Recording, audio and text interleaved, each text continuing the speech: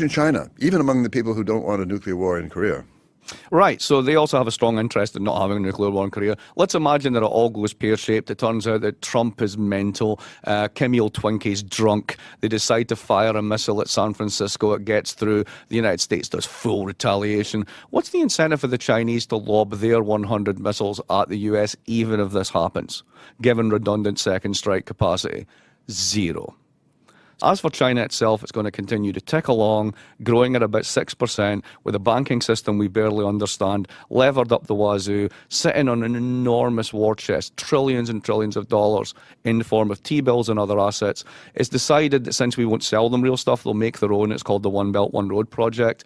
They've got $47 billion building port facilities in Pakistan, similar amount in Djibouti. They're building infrastructure and railroads all over the peninsula, down in Indonesia. So they're basically taking the core of the global economy from Europe and the United States, all old, by the way, growing slowly because old people save too much, they've already bought the fridge, to places with much better demography. China's not one of them, but the rest of the neighbourhood has, and they're basically, going to move the global economy over there.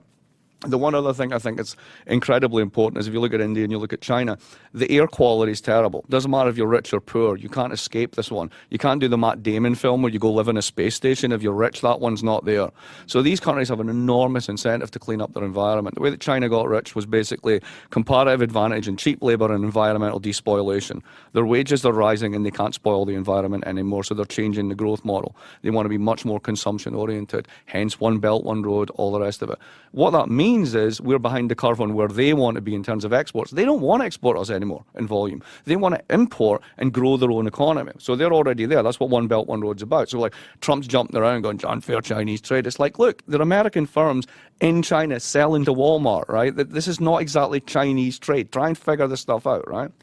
But the longer point is this. When you've got a huge incentive to clean up your environment and you have these semi-authoritarian regimes, they will. China installed in 2015 and 2016 more solar than the United States has. One of the consequences of the United States turning away from climate change is actually progressive climate change. Here's why. Everybody sits around waiting for the Americans to do stuff. So we come and we sign on. Everyone goes, great, we've done stuff. You haven't done crap. Then you got to get 50 states to do it. Then you got to get the Senate to ratify it. And there's always going to be opposition given the power of coal and oil and other industries here. So what happens is you've got countries like China, which are actually growing, that are incredibly polluted. And they look around and they say, we have to do something about this. So then they look at the Germans. And the Germans have been doing over the past 10 years called the Energiewende, the energy shift. They're shutting down nuclear. Some of the states and some of the cities in Germany can generate at a certain point 30% of their power needs just from renewables. They've got countries like Siemens, BASF, all the big conglomerates that are engineering. They've got the best engineering in the world. And they're basically making the green tech, the windmills, the solar, the next generation solar products, the renewable tech. They're licensing it to the Chinese. The Chinese are putting it up to scale, putting it out there, and then they're getting a cutback.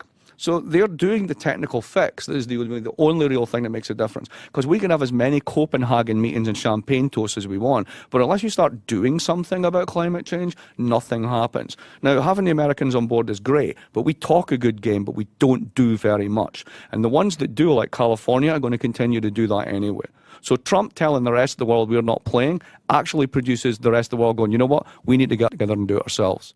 The constitutional amendment is another dangerous and unfortunate step towards autocracy and repression in China. It's actually being accompanied by many acts of harsh, brutal repression. All of this should be censured. As for China's overseas activities, insofar as they involve exploitation, destruction of resources, suppression of people's rights, violence, then of course they should be condemned. But the fact that the United States and England used extreme violence in gaining their superpower status, of course, does not justify anyone else doing it. By and large,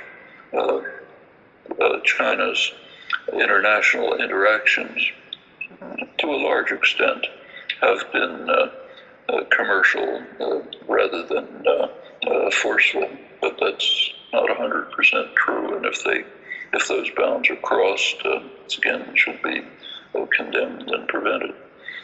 Right. Just like other power. But China's way behind the West in this respect for the moment.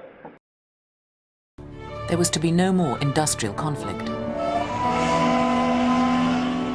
Trade unions were banned, and all workers had to join a Nazi labor front. In the Depression, unemployment had reached 30%.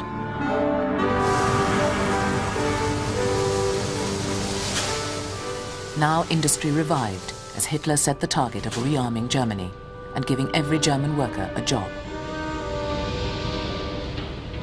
The party looked for support in every factory.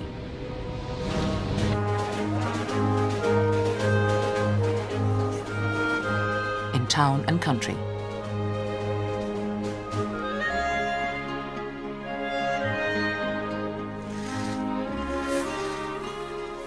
Help went to the farmers, many driven bankrupt in the Depression.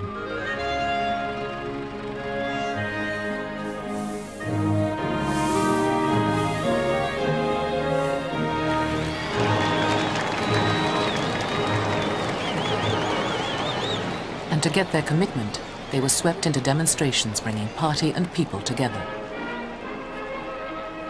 Harvest Festival was staged as a mass occasion, a mix of new ideas and revived old customs. The thousands of people you can see all around were farmers, young people from all over Germany. We traveled in special trains and then marched for hours to get as close to the front as possible. I was right at the front.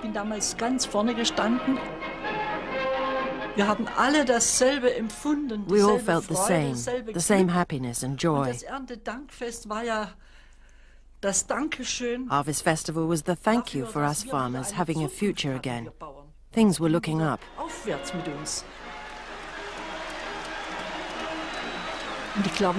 I believe no statesman has ever been as loved as Adolf Hitler was then.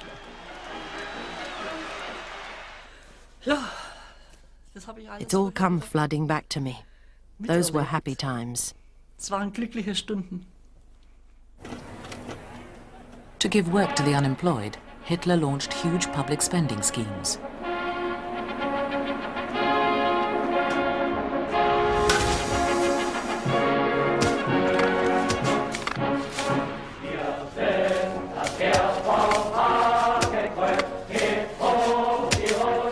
Two and a half thousand miles of Autobahn were announced, linking major cities.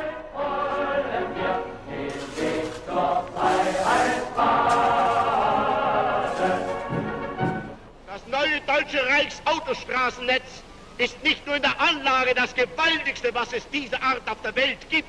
Da können diese Menschen hergehen und im Ausland dann ihre dummen Zeitungsartikel herunterlesen, in denen sie zusammenschmieren, was sie an Lügen erfinden können. Am Ende, einmal kommt doch der und jener, der kommt nach Deutschland und da muss er sagen, Herrgott, was für einen Judenschwindel haben wir die ganze Zeit jetzt gelesen. Es ist ja ganz anders.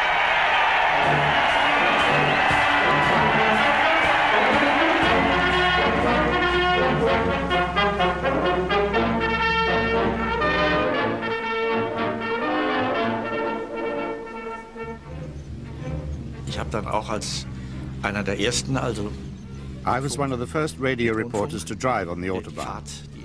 There were thousands and thousands of people watching with great excitement. Tausende und Zehntausende von Menschen in einer jubelnden Begeisterung.